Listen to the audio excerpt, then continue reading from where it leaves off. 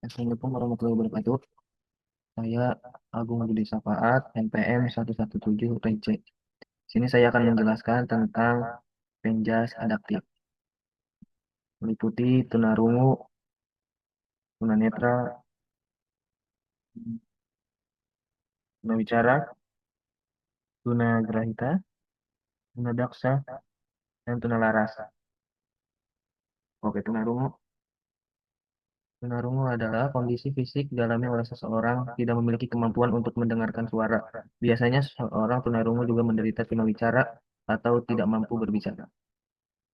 Penyebabnya yaitu tunarungu bisa disebabkan oleh mutasi genetik, keturunan dari orang tua, atau terpapar penyakit ketika masih di dalam kandungan.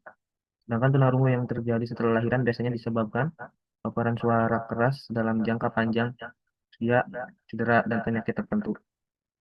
Cara pembelajaran tunarungu yaitu menggunakan gerak tubuh atau bahasa isyarat, contoh olahraganya, lari, badminton, menembak, dan bermain sepak bola. Sekarang tunanetra. Pengertiannya adalah kondisi seseorang yang mengalami gangguan atau hambatan dalam penglihatan. Penyebab tunanetra terjadi sejak lahir antara lain kerusakan pada mata atau syaraf mata pada waktu persalinan hamil. Ibu menderita penyakit gunere, penyakit mata lain yang menyebabkan tunanetra seperti trauma dan kecelakaan.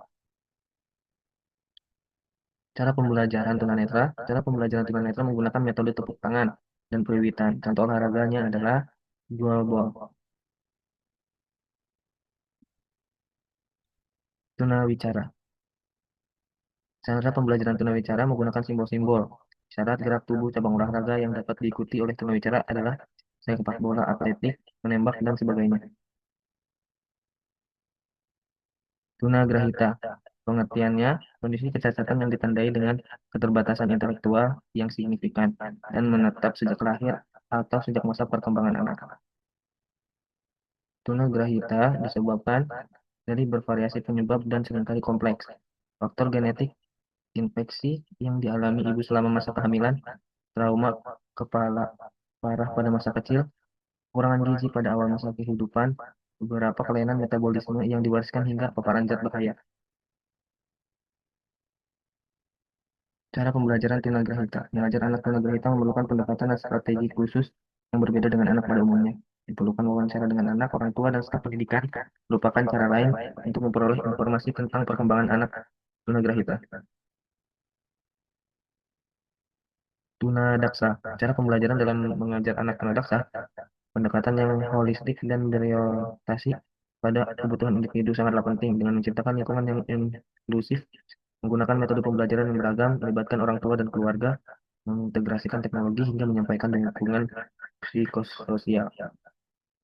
Tunalaras, kondisi di mana seseorang memiliki keterbatasan dalam kemampuan untuk mengontrol perilaku, emosi, atau tindakan mereka secara tepat dan sesuai dengan norma sosial yang berlaku.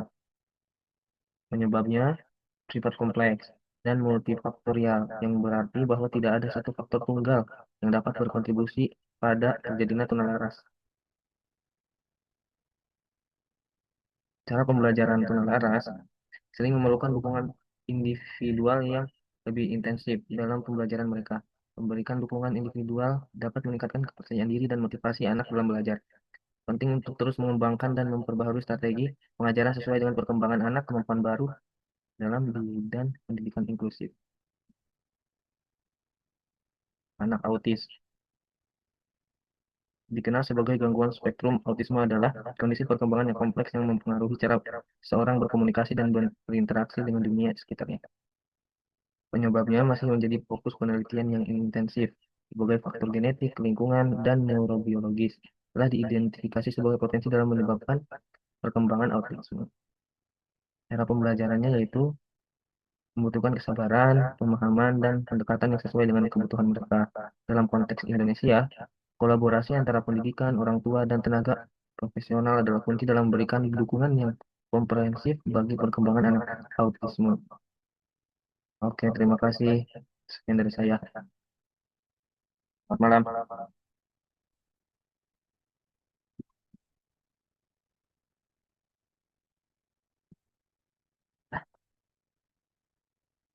Oke.